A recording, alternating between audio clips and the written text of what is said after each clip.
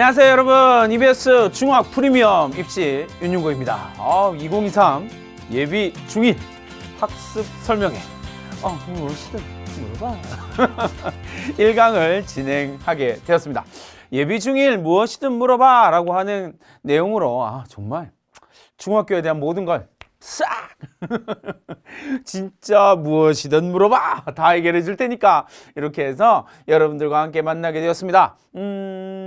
초등학교를 끝나고 이제 중학교로 올라간다 라고 이야기를 하는 건 뭐니 해도 엄청난 인생의 큰 변화인 건 확실해요. 그런 것 같죠? 두근두근 설렘 반, 기대 반, 걱정 반, 우려 반 뭐 이런 것들이 좀 있을 겁니다. 하지만 여러분 중학교라고 이야기를 하는 것에 대해서 미리 알고 어느 정도 준비를 해놓고 간다면 우리가 원하는 것은 얼마든지 쉽게 쏙 뽑아 올릴 수 있다라고 생각을 하시면 될 것 같아요. 그래서 예비 중일을 위한 학습 설명회. 이름도 좋아, 그치? 무엇이든 물어봐. 일단 다 해결을 해드리도록 하겠습니다. 과목별로, 그리고 입시 영역에 대한 이야기, 고등학교는 어떻게 하죠? 대학은 어떻게 하죠? 뭐 이런 거에 대한 초중장기 계획까지 다 해결을 해드리도록 하겠습니다. 일단 어떤 것이 궁금한지 한번 물어봤어요. 그래서 그 중에서 정말 중복되고 많이 궁금해하고 정말 이건 이렇게 생각하는 것들만 모아서 선생님이 일단 진행을 해 보도록 하겠습니다. 첫 번째 질문은 뭐니 해도 한간에 가장 강력한 이슈가 되고 있는 자유학년제, 자유학기제에 대해서 설명해 달라라는 이야기입니다.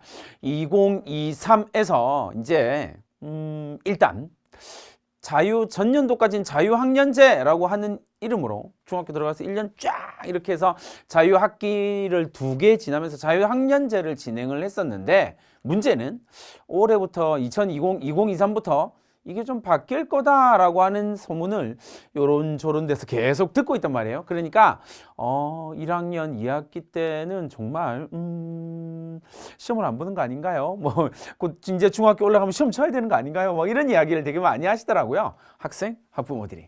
그래서 자유학년제, 자유학기제에 대한 이야기들을 좀 정리를 해드리도록 하겠습니다. 이거는 개념 설명이에요. 중요하죠. 일단 뭔지 여러분들이 선생님이 이걸 풀어나가는 과정들이 여러분들이 중학교 그리고 고등학교 올라가서 내가 궁금한 걸 어떻게 풀어나갈 것이냐 방법을 알려주는 거기도 해요. 그러니까 차근차근 따라오세요. 일단 자유학년제가 뭔가요? 라고 물어볼 때 제일 먼저 해야 될 건 자유학년제, 자유학기제의 개념적 정의가 뭔지를 아는 게 되게 중요하겠죠. 그래야 내가 어떤 것을 안다, 모른다를 결정할 수 있으니까요. 개념적 정의를 보도록 하겠습니다.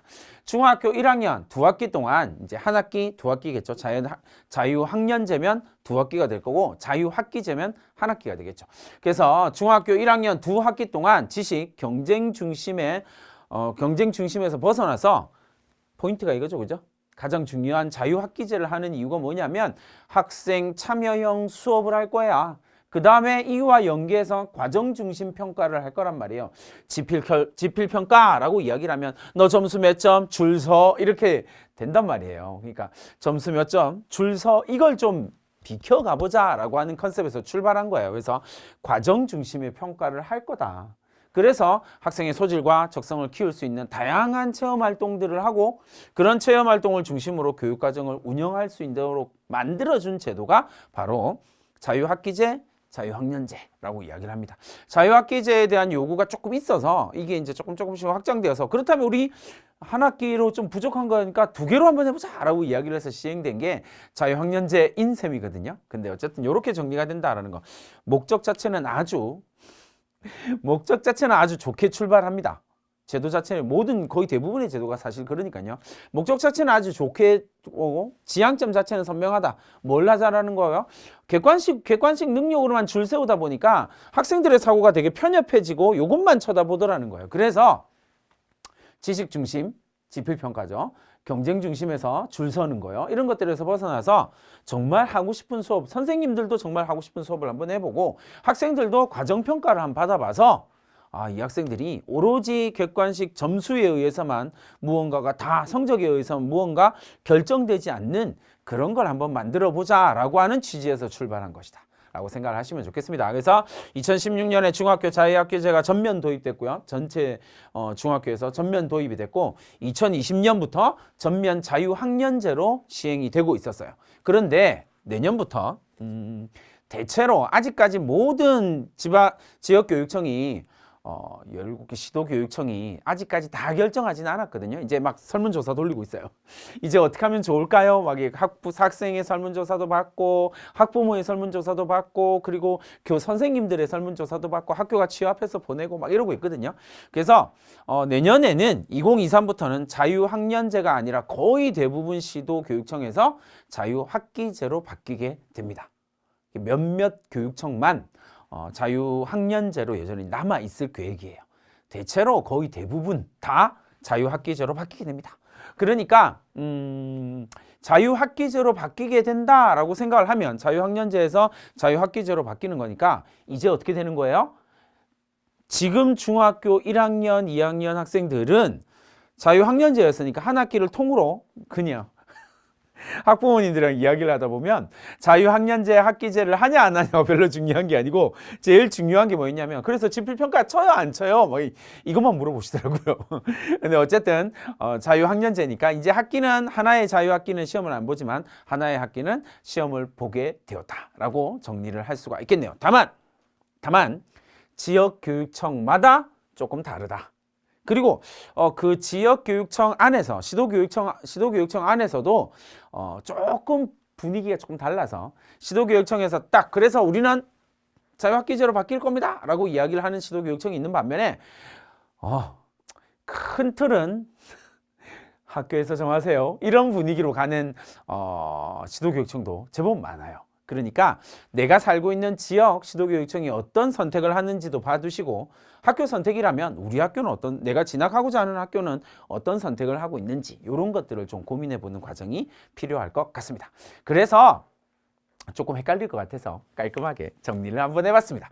자, 봅시다. 자유학년제, 자유학기제, 진로연계학기라고 이야기를 하는데 사실은 좀 더 정확하게 이야기를 하자면 진로연계학기다라고 이야기를 하는 건 2022 개정 교육과정에 적용을 받는 학생들에 해당이 되는 겁니다. 그러니까 2022 개정 교육과정에 적용을 받는다라는 말은 다른 말로 하면 고교학점제를 한다라는 이야기거든요. 그러니까 고교학점제에 해당되는 학생들에 대한 이야기다라고 생각을 하시면 되겠습니다.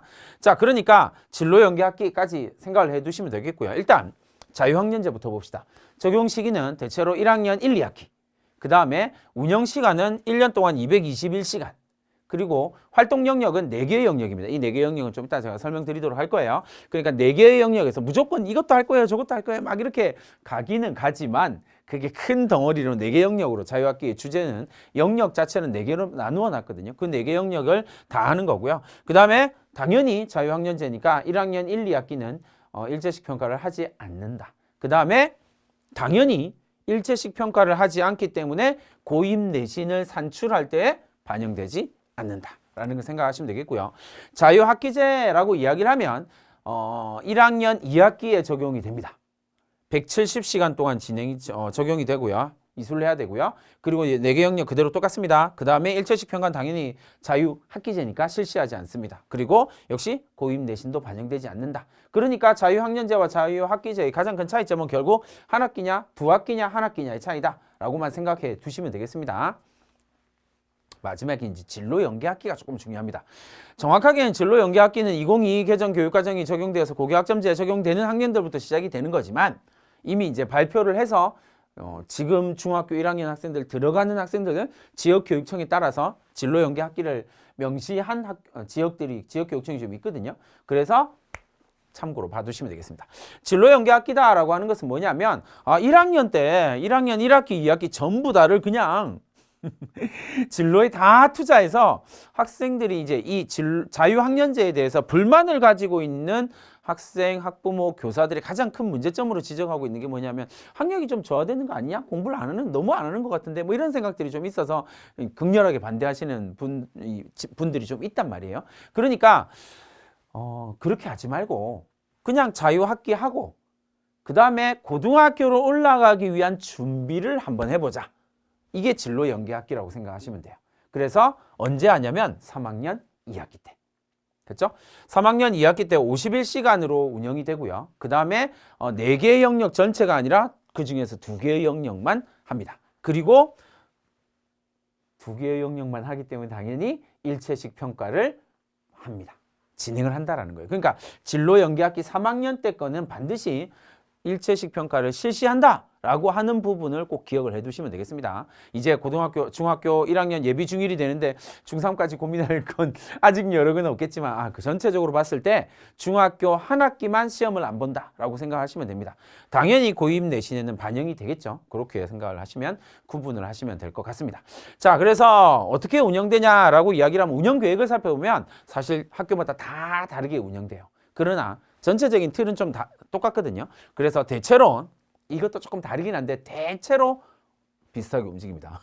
듬성듬성 이렇게 자유학기 활동을 하는 학교도 있긴 하지만 대체로 오전에는 국영수, 사과 뭐 이런 건 교과 수업을 주로 진행을 하고요. 오후에는 수업 중에 오전에는 국영수, 사과 같은 이제 주로 그런 과목들을 수업 중에 과정 평가를 하는 거예요. 이 과정 평가라고 하는 것은 방금 말씀드렸던 것처럼 객관식으로 나타나지는 않지만 어떻게 하자고요? 문장으로 이 학생이 과정에 대한 공부한 과정에 대한 평가를 문장으로 기록하도록 되어져 있다라고 하는 걸 알아두시면 되겠고요. 오전에 교과 수업을 하고 오후에는 자유학기 활동을 하는 게 일반적인 중학교의 패턴이라고 생각하시면 됩니다. 자유학기, 자유학년제의 패턴이라고 생각합니다. 4개의 영역이다라고 이야기했죠. 진로 탐색 활동, 주제 선택 활동, 예체능 활동, 동아리 활동 이렇게 4개의 영역에 해당이 된다. 그래서 진로 탐색, 주제 선택 활동 조금 중요하게 다루어지겠죠. 그죠? 그 다음에 예체능, 동아리 활동, 동아리 활동 이렇게 4개의 영역에서 자유학기, 자유학년제가 운영이 된다라고 생각을 하시면 좋을 것 같습니다. 자, 2023 중학교 신입생은요. 교육청 및 학교 선택, 자유학년제나 자유학기제를 선택을 할 수 있고요. 앞서 말씀드렸던 것처럼 교육청에서 선택하기도 하고 지역교육청에서 시도교육청에서 선택하기도 하고 그 교육청 안에서 개별 학교에게 선택권을 주기도 한다. 그러니까 지역마다 좀 다르다니까 지역마다 다르다라는 점을 꼭 확인하시고 내가 있는 지역에서는 어떻게 하고 있지? 라는 걸 확인하시면 학년제냐 학기제냐 요거 확인할 수가 있을 겁니다. 그래서 1학년 2학기는 대체로 이제 제가 다 찾아봤더니 1학년 2학기는 대체로 자유학기제로 운영을 하고요. 3학년 2학기는 앞서 설명한 대로 진로 연계학기 형태로 운영하는 시도교육청이 조금 많아요. 그렇게 이해를 해 두시면 좋을 것 같습니다. 자, 자유학기제로 변경이 되면 어떻게 되냐? 자유학년제에서 자유학기제로 변경이 된다라고 이야기를 하면 뭐가 바뀌냐면 가장 큰 건 당연히 한 학기만 자유학기제. 그러니까 다른 말로 부모님이나 학생들이 제일 궁금해하는 거 지필평가를 보지 않아요 라고 이야기를 하는 건 1학년 2학기 때 일제식 지필평가 보지 않는다 라고 하는 것만 생각하시면 되겠습니다. 그럼 다른 말로 하면 1학년 2학기 일체식 지필고사를 치지 않는다라고 한 전제로 하면 나머지 5학기, 1학년 1학기, 그리고 2학년 1, 2학기, 3학년 1, 2학기는 전부 다 일체식 지필평가를 친다라고 생각을 하시면 되겠죠. 그러다 보니까 자유학기제로 바뀌게 되면서 가장 강력한 게 뭐냐면 고입 내신 성적 산출 기준이 4개 학기예요. 원래 자유학년제에서 4개 학기잖아요. 1학년 1, 2학기가 시험을 지필평가 안 보니까 성적 산출이 4개 학기에서 이제 5학기로 바뀌는 것이다 라고 이해를 해 두시면 되겠습니다. 자, 이렇게 하면 자유학기제, 자유학년제에 대한 설명이 깔끔하게 끝났고 걱정거리도 좀 해결이 됐을 겁니다. 혼란스러워 하실 필요 없고 우리 지역교육청에서는 어떤 걸 하고 있지? 우리 시도교육청에서는 어떤 걸 하고 있지? 우리 학교는 어떤 선택을 하고 있지? 내가 진학할 학교 그걸 확인하시면 된다라는 말씀을 드리겠습니다. 자, 이제 두 번째 질문으로 들어가 보도록 하겠습니다. 중학교 수업 내용을 어렵지 않게 이해하려면 선행어 학습을 하고 가는 것이 좋겠죠? 어느 정도 선행어 학습을 하는지 궁금합니다. 중학교에서 가장 어려워하는 과목과 공부법은 무엇인가? 사실 이건 예비 중1 뿐만 아니라 예비 고1도 항상 하는 질문이에요. 중학교 다 끝나고 선생님 저 중학교 다 끝나고 이제 고등학교 올라갑니다. 어떤 과목 공부해야 될까요? 라고 이야기를 제일 많이 해요. 그리고 제일 많이 공부하는 거 질문하는 거예요. 선행학습을 어느 정도 해야 되나요? 라고 이야기를 하면 정답을 말씀드리겠습니다. 절대 흔들리지 않는 정답. 그리고 공부하는 정확한 패턴을 알려드릴게요. 선행대 복습이라고 하는 개념이 사실 상당히 중요한 개념으로 이해를 하셔야 돼요. 제가 근무하고 있는 학교에서 고등학교 선생님이니까 제가 근무하고 있는 학교에는 학생들이 탁 오면 고등학교니까 이제 중학교 다 끝내고 고등학교 다 올라와서 뭐 제일 먼저 하는 게 뭐냐면 이제 상담을 하다 보면 물어봅니다. 자, 너 제일 중요한 과목이 뭐야? 선생님 전 수학이라고 생각합니다. 전 영어라고 생각합니다. 이렇게 나올 거 아니에요? 전 수학이라고 생각합니다. 그래서 너 수학 선행했니? 선생님 당연하죠. 수학 선행했죠. 그래서 어디까지 했는데? 저는요 미적분까지 한번 쭉 돌렸어요. 선생님이 제일 싫어하는 표현인데 미적분까지 돌렸어요. 그러니까 고등학교 1학년, 2학년 수학은 뭐 4-5번 했고요. 그리고 고등학교 2학년 수학 수원 수토도 2-3번씩 했어요. 그리고 선생님 3학년 때쯤이나 2학년 2학기 때 선택하게 되는 고등학교 2학년 2학기 때 선택하는 미적분을 중학교 3학년 학생이 저 한번 돌렸어요. 저 이제 알아요. 이렇게 이야기를 해요. 그리고 이제 내신을 물어보죠. 그래서 내신은 몇 등급이야? 싹 시선을 돌립니다. 5등급이요. 막 이렇게 해요. 그렇게 수학을 많이 돌렸는데 5등급이요. 말이 안 돼요, 여러분. 중학교 3학년 학생이 고등학교 2학년, 3학년 거까지의 수학을 전부 다 끝내고 왔어요. 근데 내신은요. 그 얘기를 들은 수학 선생님이 이런 표현을 한번 하더라고요. 와, 전 미적분까지 끝냈어요. 이런 이야기를 들은 수학 선생님이 이렇게 이야기를 했어요. 와, 나는 아직도 미적분 풀 때 어려운데 쟤는 뭐냐? 막 이렇게 이야기를 해요. 그게 끝낸 게 어디 있어요? 말도 안 되는 소리예요, 여러분. 여기에 공부의 비밀이 있습니다. 도대체 학원에서 그렇게 열심히 돌렸는데 이 학생은 왜 내신이 5등급, 6등급이 나올까요? 수학이. 여러분 확실하게 말씀드리는데요. 선행을 많이 했다, 선행을 별로 안 했다는 공부를 잘하고 못하고 아무 상관이 없습니다. 착각하시는 거예요. 진짜 상관이 없어요. 왜냐하면 선생님이 이제 입시 전문가니까 선생님이 무수히 많은 학생들을 대학을 보내고 엄청 좋은 대학 많이 보내거든요. 그 학생들 가운데서 상당수는 학원을 한 번도 간 적이 없는 학생들이에요. 왜요? 갈 필요가 없으니까. 안 믿기죠. 근데 선행을 하고 안 하고는 성적이 좋고 나쁘고에 아무런 영향을 주지 않습니다. 왜냐하면 성적에 영향을 주는 건 뭐냐면 공부를 했냐 안 했냐거든요. 이게 너무 당연한 거거든요. 근데 여러분들이나 학부모님들이 하는 이야기는 뭐냐면 그래서 학원을 가서 많이 들으면 된다라고 생각을 하는 거예요. 근데 여러분 듣는 건 공부가 아니에요. 착각하는 거예요. 듣는 건 절대 공부가 안 됩니다. 아니 들어서 공부가 될 것 같으면 세상은 천재만 있어야 되잖아요. 아니에요, 여러분. 여러분들이 다니고 있는 그 학원에 중학교 올라가서 1등급 받는 학생도 있을 테지만 9등급 받는 학생들도 있을 거고요. 공부를 100점 받는 학생도 있겠지만 50점 받는 학생도 있겠죠. 똑같은 학원이에요. 똑같은 강의를 듣잖아요. 그러나 결과는 천차만별이에요, 여러분. 왜요? 누군가는 듣고 공부를 하고 누군가는 듣고 공부를 안 했거든요. 그러니까 들은 건 변수가 아니에요. 여러분들이 그걸 자꾸 듣는 걸 공부라고 생각하니까 중학교 3년을 이렇게 허송세월을 하게 되는 거예요. 자꾸 듣기만 하거든요. 그러니까 고등학교 올라와서 쌤 진짜 제가 잘해요 막 이렇게 이야기를 하는데 시험 치면 막 다 날아가는 거예요. 막. 왜 날아가는지 알아요? 공부를 안 했거든요. 구멍이 숭숭숭숭숭숭. 그러니까 여러분 듣는 건 별로 중요하지 않습니다. 선행을 많이 했다 적게 했다는 선생님이 진짜 단언코 얘기를 하는데 선행을 많이 했다 적게 했다는 성적에 절대 영향을 주지 않습니다. 그럼 성적에 영향을 주는 거 아까 선생님이 얘기했잖아요. 뭐예요? 복습이요. 여러분 공부를 했냐 안 했냐가 성적에 영향을 주는 거예요. 그럼 내가 공부를 했다라고 이야기를 하면 제일 중요한 게 뭘게요?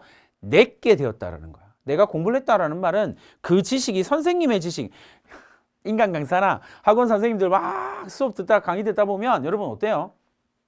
맞아요. 진짜 잘 가르쳐요.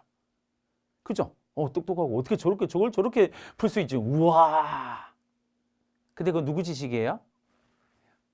여러분께 아니에요. 착각하는 거예요. 여러분께 아니라고요. 그 지식 누구 거예요? 선생님 거예요. 이해됐죠? 그 선생님 거예요. 그러면 여러분들이 그 지식을 여러분 걸로 만들려면 어떻게 해야 돼요? 내가 똑같이 말할 수 있으면 돼요. 그럼 내가 똑같이 말할 수 있다는 말은 내가 그걸 알고 있다라는 이야기고 내가 안다라는 말은 내가 공부를 했다라는 이야기네요. 그럼 그 공부는 어떻게 하는 거예요? 무조건이요. 선생님 공부 좀 잘하거든요. 선생님 공부를 아주 잘해요. 근데 공부의 비밀은 뭐에 있냐면요. 그 지식을 나의 것으로 만드는 것에 있어요. 예비, 중, 일. 여러분 공부 잘하고 싶죠?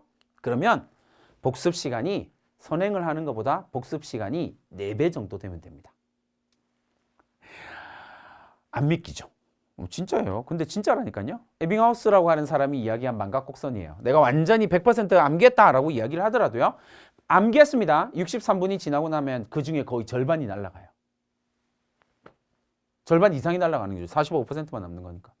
525분이 지나고 나면 35%만 남아요. 하루 지나고 나면 30% 남는다고요. 들었어요? 공부했다고 착각하지 마세요, 여러분. 그건 그냥 듣는 거예요. 심지어 여러분들은 듣고 난 다음에 암기도 안 하잖아요. 내가 영어 단어를 100% 암기했다고 하더라도 하루 지나고 나면 그중에 30%만 기억에 남아있다는 거예요. 그럼 이 기억에 남아있는 걸 계속 붙들어서 이 지식을 내 거로 만들려면 어떻게 해야 돼요? 복습. 반복. 영어 단어 안 까먹는 방법이에요. 어떻게 해요? 영어 단어가 너무 공부하는 게, 영어 공부하는 게 너무 힘들어요. 영어 단어 외우는 게 너무 힘들다라고 이야기하는 학생들 되게 많아요. 이과적 성향이 있기는 해요. 왜냐하면 영어 단어는 반복을 해야 되는데 이과적 성향을 가진 학생들은 그걸 반복하는 걸 별로 좋아하지는 않거든요. 근데 여러분, 영어를 공부를 잘하는 방법 별거 아니에요. 영어 단어 어떻게 외우냐고요? 첫째 날 외우고, 둘째 날 외우고, 셋째 날 보고, 넷째 날 보고, 다섯째 날 보고, 여섯째 날 봐야 돼요. 농담이 아니에요. 완벽한 공부 방법을 알려드리는 거예요. 하루에 영어 단어를 30개 외운다고 생각하면요. 이 30개를 7일 동안 봐야 돼요. 그리고 2주 지나고 난 다음에 다시 7일을 봐야 돼. 그러면 이 영어 단어는 절대 안 까먹어요. 그리고 2달 뒤에 그 영어 단어를 또 봐요. 그럼 다른 말로 하면 부지런해야 돼. 진짜로요. 영어 공부는 부지런한 학생이 잘할 수밖에 없어요. 근데 영어 공부를 좀 못하잖아요. 그럼 내가 좀 게으르구나. 이제 각성해야 되겠다. 내가 알게 됐으니까 실천해야지. 이렇게 가는 거예요. 잘 생각하세요, 여러분. 공부라고 하는 거 선생님이 절대 실패하지 않는 공부 방법 하나 알려드릴게요. 어떻게 하냐면 예습 30분, 그리고 강의 1시간, 수업 1시간, 그게 학원에서 수업을 듣든 인강으로 듣든 아니면 학교에서 수업을 듣든 무조건이에요. 그 수업을 준비하기 위해서 30분 동안 그 수업에 사용되는 개념들, 단어들, 그래프들 한 30분 정도 읽으시면 돼요. 그 다음에 1시간. 왜요? 처음 듣는 개념은 한 번 들어서 절대 모르거든요. 알 수가 없어요. 그러니까 어떻게 해요? 눈에 익숙하게만 있으면 돼요. 30분 동안 익숙해지는 거예요. 내가 공부할 거, 수업 들을 거 익숙해지게 자꾸 읽어보는 거예요. 그 다음에 뭐예요? 1시간. 강의 들었어요. 수업 들었어요. 학원에서 공부했어요. 그 다음에 뭐 해야 돼요? 2시간 복습이요. 반드시요. 그 2시간이 뭐예요? 나의 것으로 만드는 시간이에요. 공부는 내 걸로 만들어야 공부예요. 듣는 게 공부가 아니고요. 여러분들이 공부에 좀 실패하고 공부 어렵다고 느끼는 이유가 뭐냐면 이것 때문이에요.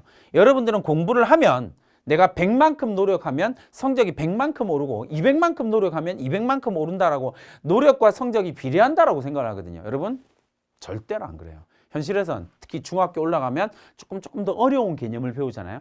초등학교 때는 맞아요, 여러분. 초등학교 4, 5, 6학년 또 이건 아니야. 1, 2, 3학년은 이게 돼요. 왜요? 쉽거든요. 내가 100만큼 노력하면 100만큼 알 수 있을 만큼 쉬워요. 근데 초등학교 4학년 때부터 여러분 수학 좀 어려워지기 시작했잖아요. 그 말은 뭐냐면 내가 100만큼 노력할 때 20만큼, 50만큼 알게 됐다라는 거예요. 200만큼 노력하면 100만큼 알게 됐어요. 그럼 비례가 안 하죠. 중학교 올라가면 안타깝지만 중학교 올라가면 수학을 포기하는 대부분의 학생들이 어떻게 하냐면요. 200만큼 노력하면 100만큼 노력하면 한 30만큼 남거든요. 그러니까 공부가 그때부터 어려워지기 시작하는 거예요. 그럼 여러분 어떻게 하면 돼요? 300만큼 공부를 하면 돼요. 그러면 90만큼 남겠죠. 근데 300만큼 노력을 해야 되거든요. 고등학교 올라가면요. 1000만큼 노력하면 100만큼 나와요. 농담인 것 같죠? 진짜예요. 그러니까 여러분들이 이렇게 생각하는 순간 이건 아직 초등학생 정도의 생각이에요. 여러분들은 어떻게 해야 돼요? 이거요. 노력하는 어느 순간 여러분들이 여기 밑에는요. 선생님 일부러 그리지도 않았어요. 초등학교 때는 이거요. 금방 표시나요. 기역, 니은, 디귿, 한글 외우고 한글 알고 구구단 외우고 이럴 때는요. 내가 구구단 외우면 바로바로 표시나잖아요. 근데 중학교 올라가서 여러분 4, 5, 6학년 때 경험했잖아요. 수학 공식 하나 외운다고 술술술 풀려요? 아니라니까요. 엄청 쌓아야 그때부터 그 문제가 깔끔하게 해결이 돼요. 중학교 올라가면 쌓아야 되는 문제의 경험치 공부량이 더 많은 거고 그래야 업그레이드가 되는 거고요. 이걸 이해해야 공부라고 하는 것이 결과가 나올 때까지 계속 반복하고 쌓아야 되는구나. 제일 중요한 단어가 뭐라고요? 복습. 나의 것으로 만들어요. 그게 여러분들한테 진짜 필요한 거라고요. 아시겠죠? 그래서 지금부터 철저하게 이 방법을 따라갑니다. 예습 30분. 예습 50%. 내가 1시간 공부하는 강의 듣는 1시간 학원에 있든 어디든 뭔 상관없어요, 여러분. 인강을 듣든 아니면 학원에서 공부를 하든 학교에서 수업을 듣든 1시간 공부할 때 정말 중요한 공부를 한다? 그럼 1시간 공부한다라고 생각하면 30분 예습. 그 다음에 뭐야? 2시간 복습. 제일 이제 중학생 예비 중1이니까 선생님이 정말 좋은 방법을 하나 알려줄게요. 지금 0.5 대 1대 2라고 하는 공부 비율에 대한 이야기를 방금 이야기했는데 그것도 중요해요. 근데 중학교 1학년이니까 여러분 정말 좋은 방법은 뭐냐면요. 수업 시간에 선생님이 그걸 설명하잖아요. 그럼 2시간 동안 뭐 하냐면 선생님이 설명했던 것과 똑같은 방식으로 여러분들이 그걸 설명을 하는 거예요. 똑같은 방식이면 돼요. 그러니까 그냥 쉽게 말하면 선생님 수업한 걸 통째로 2시간 동안 외운다고 생각하시면 돼요. 그럼 여러분들의 성적은 중학교 올라와서 쑥쑥쑥쑥 진짜요. 복습이 진짜 중요하다. 왜요? 시험은 자기 혼자 공부하는 걸로 치는 거예요. 시험 칠 때 인강 들으면서 시험 칠 수는 없잖아요. 내가 공부한 걸로 보는 거예요. 그러니까 뭐예요? 내가 공부한 걸 다른 말로 뭐래? 복습. 그러니까 공부는 무조건 복습에 의해서 나오는 거라고요. 아시겠죠? 그러니까 그 부분을 여러분들이 잘 기억하셔야 돼요. 중학교 올라갔을 때 선행, 아이고 자꾸 너 얼마나 더 앞으로 나갔는지 남들보다 좀 더 빨리 가고 있어요. 막 이런 거 해봐야 아무 소용 없다니까요. 더 빨리 가는 게 중요한 게 아니거든요. 그건 들어서 온 거니까. 아시겠죠? 그게 내 걸로 이야기되느냐. 내 것이다 아니다를 판단할 수 있는 기준은 딱 하나예요. 부모님들 혹시 이 강의를 듣고 있다면 내 학생의 것이냐 학생의 것이 아니냐를 결정할 수 있는 방법은 딱 하나예요. 여기 화이트보드. 설명해봐. 이 문제. 설명할 수 있으면 개념을 이해하는 거예요. 그렇죠? 그게 복습의 과정이라는 거예요. 알겠죠? 선행 말고 선행은 조금만. 선행은 조금만. 선생님이 선행을 아예 하지 말라라는 이야기를 하는 게 아니에요. 선행은 예습은 조금만. 예습의 비중이 큰 순간 우리는 공부에 실패할 수밖에 없거든요. 그래서 이런 그래프가 나오게 되는 거예요, 여러분. 서울대를 간 학생들의 공부 시간과 보통 학생들의 공부 시간이에요. 잘 그래프를 잘 보세요, 여러분. 실제로는 차이가 좀 이게 보통 그냥 일반적인 대학을 간 학생들의 공부의 패턴은 들쭉날쭉 인정. 근데 서울대를 간 학생들의 공부 패턴을 보니까 어느 정도 일정하게 나타나는 게 있어요. 근데 이 그래프의 제목이 뭐냐면요, 여기예요, 여기. 뭐라고요? 고등학교 때 혼자 공부한 시간, 복습한 시간, 복습한 거예요. 혼자 선행 막 달리고 이게 아니라 그 들었던 지식을 자기 것으로 만드는 시간. 그게 상위권 주요 대학을 간 학생들이 훨씬 더 많더라는 거예요. 아시겠죠? 여러분 예비 중1 꿈꾸고 있습니다. 꿈꾸고 있는 건 아니죠.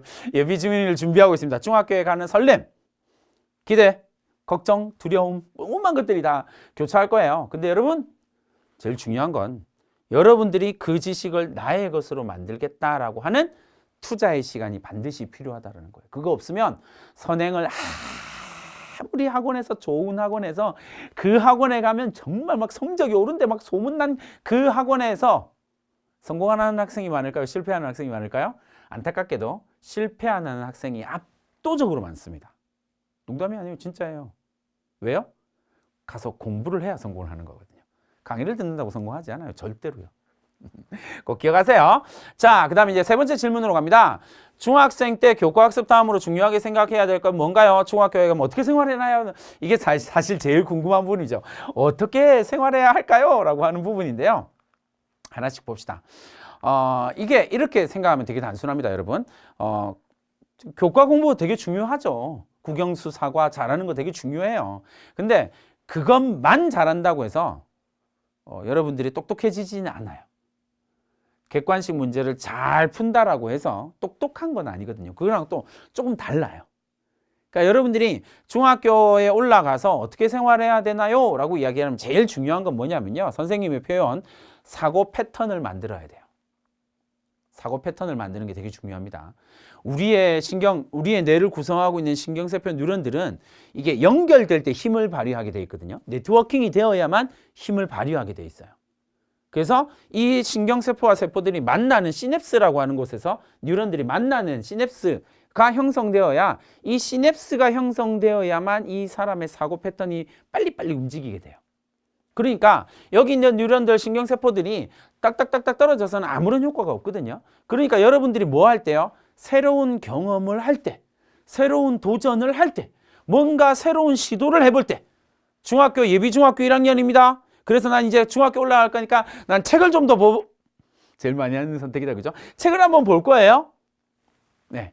그러면 어떤 일이 생기냐면 여러분들의 뇌야 뉴런 신경 조직들이 어떻게 되냐면 연결시키기 시작해요. 그래서 시냅스를 형성하고 이제 막 뇌가 활발하게 움직이기 시작하거든요. 그런데 문제는 점선 보이죠? 일부러 점선으로 했어요. 왜 점선일까요? 임시거든요. 임시거든요. 이해됐죠? 그러니까 이걸 그럼 선생님 저 임시 점선이 계속 위에 여기 있는 게 실선처럼 뚜렷하게 사고 패턴으로 잡히는 건 어떻게 하면 될까요? 반복이요. 앞에 얘기 비슷하죠? 복습, 반복이요. 이런 사고 패턴을 계속 반복하게 되면 새로운 신경망이 형성이 되는 거예요. 새로운 신경망 사고 패턴이 생겼습니다. 그럼 어떻게 돼요? 이 아이는 똑똑해지는 거예요. 왜요? 다른 학생들이 이 신경망을 형성하지 못한 학생들이 그걸 만들기 위해서 막 머리 짜내고 에너지 짜낼 때 자동으로 되는 거거든요. 이 신경망이 형성되었다는 건 시냅스들이 이렇게 뉴런들을 연결한다는 말은 사고 패턴이 만들어졌다는 이야기거든요. 그러니까 자연스럽게 연결이 되는 거예요. 이런 사고가 아주 빠르게 일어납니다. 여러분 이미 이 경험을 갖고 있어요. 진짜요 선생님? 네. 여러분 구구단 다 외웠죠? 네. 구구단 다 외웠죠? 예비중1이니까 구구단은 다 외웠을 테고, 그죠? 되게 단순하게 생각해 보세요, 여러분. 구구단을 처음 외울 때 힘들었던 것, 연결 안 된 걸 연결시키는 과정이거든요. 사고 패턴이 안 따라가는 걸. 곱하기가 도대체 뭐죠? 왜 더하기 배울 때도 좀 힘들었는데 곱하기는 도대체 뭐죠? 막 이랬던 기억들이 이제 나지 않죠? 중학교 1학년이니까. 근데 어쨌든 구구단 외울 때를 한번 생각해 보세요. 그 구구단을 외울 때 여러분들이 구구단이라고 하는 곱하기의 이야기들이 하나의 사고 패턴으로 자리 잡은 거예요. 그러니까 이제부터 이제 4, 5 이러면 여러분들이 자연스럽게 20이라고 나오잖아요. 그 4, 5, 20이다라고 4 곱하기 5가 20이다라고 하는 것이 하나의 패턴 사고방식으로 굳어졌기 때문에 그래요. 이렇게 됐거든요. 그러니까 더 이상 내가 4, 5라고 이야기를 할 때 4 곱하기 5는 얼마예요? 라고 이야기할 때 머릿속으로 굴리지 않는다고요. 그냥 자동으로 나온다고요. 자동화 시스템이에요. 그럼 생각해봐요. 이게 좀 고단위 아주 어려운 문제, 어려운 개념으로 넘어가도요. 이걸 나의 것으로 만드는 순간 사고 패턴이 쭉쭉쭉쭉쭉. 그러니까요. 고등학교 올라가잖아요. 공부를 잘하는 학생들은 어떤 학생이냐면 이런 학생들이에요. 공부가 별로 힘들지 않아요. 얘들은. 왜 안 힘들어요? 사고 패턴을 만들어 놨잖아요. 그럼 그 다음에 하나 더 연결시키는 과정이 불과하거든요. 근데 중학교 때 완전 생으로 놀고 고등학교 올라와서 갑자기 팍 삘 받아가지고 공부를 시작한 애들 정말 죽을 것 같이 막 공부를 하거든요. 왜 힘들어요? 여기 에너지가 어마어마하게 쓰이거든요. 그러니까 여러분들이 해야 될 건 이 여러분들 두뇌에서 사고 패턴을 자꾸 연결시키는, 만드는 과정이 있어야 돼요. 그러려면 뭐 해야 된다고요?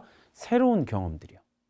그 여러분들이 새로운 경험을 할 때 가장 중요한 거, 새로운 경험을 한다라고 해서 내가 밖에 나가서 막 뛰어놀고 이런 게 아니라 여러분들이 할 수 있는 가장 최고의 새로운 경험은 뭐냐면요. 직접 경험도 경험이지만 모든 걸 직접 다 해볼 수는 없잖아요. 가장 대표적인 게 뭐예요? 간접 경험이에요. 그 간접 경험이 1번이 뭐야? 독서요. 생각의 패턴을 만드는 거예요. 그냥 책을 읽었어요는 아무 의미 없어요, 여러분. 어떤 책이어도 좋으니까 책을 읽고 생각을 하세요. 진짜 좋은 방법을 하나 알려줄게요.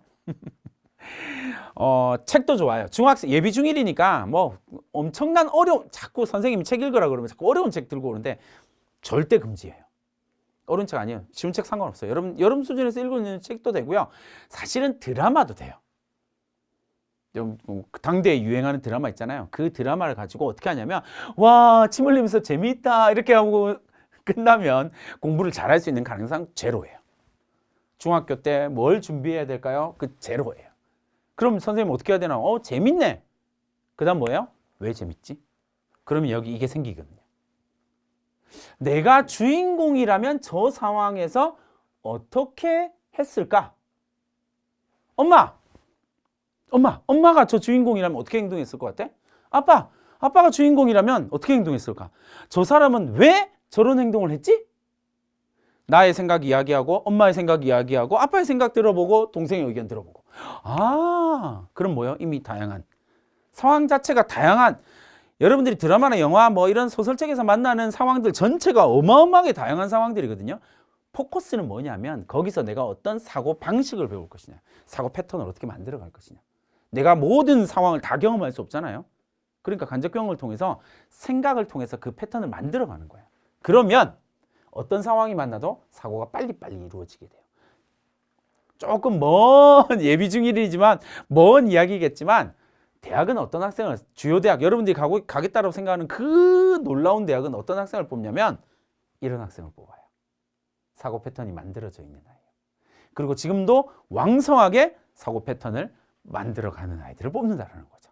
그러니까 여러분들이 중학교 이 교과 수업을 따라가는 것도 정말 중요하지만 그것보다 훨씬 더 여러분 인생을 위해서 투자해야 될 건 뭐냐면 이거예요. 이거.